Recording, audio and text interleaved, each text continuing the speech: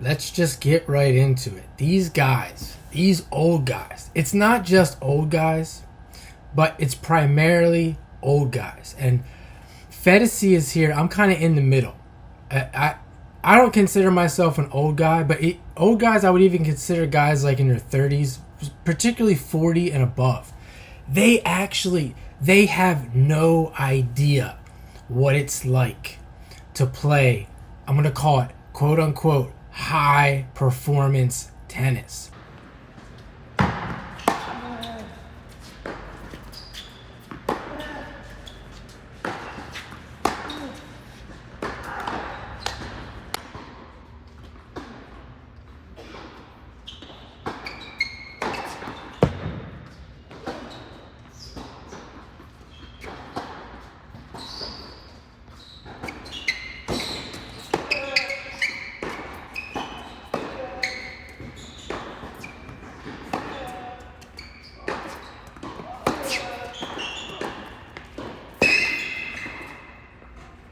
And you know straight away that they have no idea what they're talking about because they never played this type of tennis before. You know as soon as you hear them talk. And I've said this before, that baseline play is up for grabs. Once the point goes into what we would call baseline game, for the most part, you don't know who's going to win. So many things can go wrong. So many things can happen. And I'm not just talking about what's on TV. That's another thing. People that are watching on TV that don't even play tennis, etc. But even these coaches that act like they know something. These could be like college coaches, the pro coaches. It doesn't matter. They've never. You can tell they've never played high performance tennis because it's really hard. You can't tell on TV. If you've never done it, you can't tell on TV how hard it is to return the ball in a lot of cases, to just return the ball.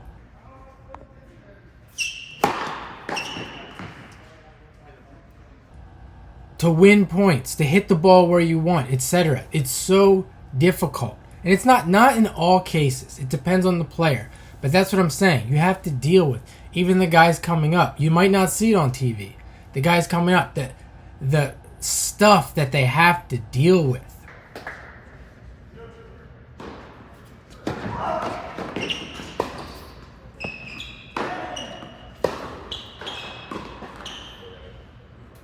The spins, the ugly strokes, because these I wouldn't call them ugly strokes, but just the way people hit the ball and the way the balls bounce and the conditions and the crappy courts.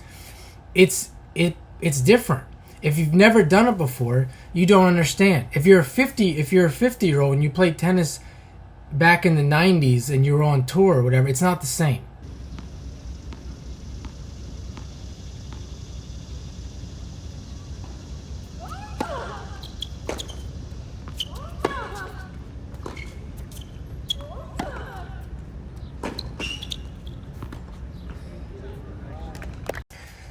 So part of the reason why I'm bringing this up is this whole idea of players can do this, and if this person does this, then they'll win or they'll do better. Especially watching through a screen, it's impossible to tell. And then even on the court, some guy who's never played this type of tennis before is giving instruction. That's what we have going on in a lot of cases. And it's not even like they haven't done it in a long time. They've never done it in their life. All them guys on TV, all the commentators, the old commentators, have never experienced it. Johnny McEnroe has never experienced it. Not even, you'd say, well, some of these guys hit with this person, they hit with that person. They've never experienced it in real time. They got people hit. Who knows who they're hitting with? And that's the way it is. And they're trying to say things. They're trying to teach. The commentators they're just throwing shit out there. So that's just the way it is. But so to circle back around here, the things that you have to do to offset this, you're going to do things on the serve, or you're going to see, I would say, from a viewer's perspective, you're going to see players do things on the serve that you might not want them to do, but they have to do it because they're trying to offset what's going to happen. And what they know or what they feel is going to happen in the game. And if they don't do it, they have no chance. Same thing on the forehand. They might do things with the forehand. They might hit a certain way. They might hit a certain speed. They might do this. They might do that. Whatever they do, they're doing that because they're trying to offset what's going to come at them if they don't do it. So let's just take a forehand. A guy comes out, or a girl, whatever. They have this forehand, and the people are saying, "Oh, the technique is so bad. It's this, it's that." But they're hitting the ball in a way that if they make it, if it goes in, they're going to win the point, or they're going to take advantage. Now, why would they do that?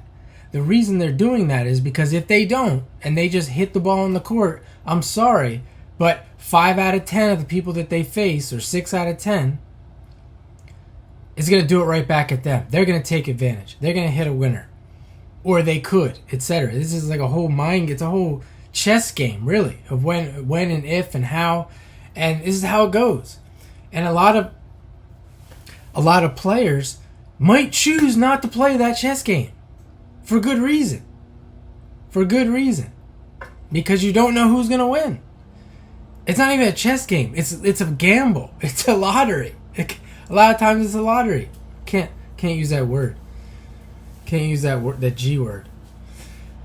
Maybe I can use the L word. It's a lottery. That's what it is. And that's what these pundits, coaches, all of them, all over YouTube, TV, they're all over the place. Every channel, every one of the coaches, just about every one of them. Because that's what they do. They have to give some reason, some answer. That's how their brain is. It's super analytical. It's like they're over here. They're not in the middle. Fedici's in the middle. Talked about this before, or at least I strive to be. And then you have the players. Primarily the players are on the right. Okay? They're intuitives. And then you have the guys on the left. The analytical. That's because that's what they get paid for.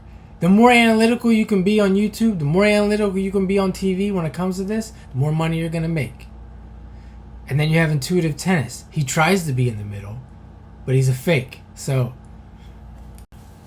I'll give you a couple stories. I remember working at this club, and I really wanted to be, you had the two high performance coaches, and the one was like a 4.0, and the other one was a pro. He was an ex-pro, and he was obviously legit as a player. He's pretty good. I think he's a pretty good coach too. Guy was jacked, and I really wanted to get involved and be a part of it, etc. And one day they just pulled me in the indoor courts. They're like, "Hey, come on in."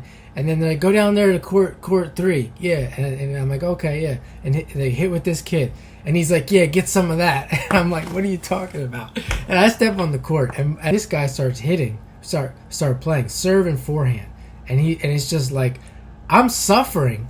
I was suffering just trying to deal with this kid and his ball. He was like 14 years old.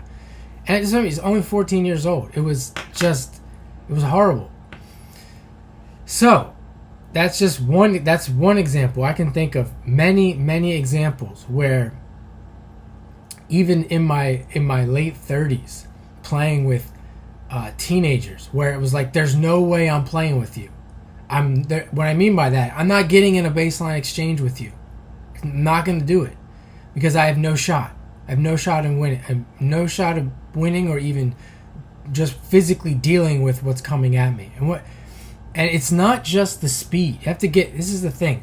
It's not just the speed. I hit with the guy I hit with a lot. I think from my experience, he hits very hard. It can be very annoying sometimes. That can be annoying. That can be rough.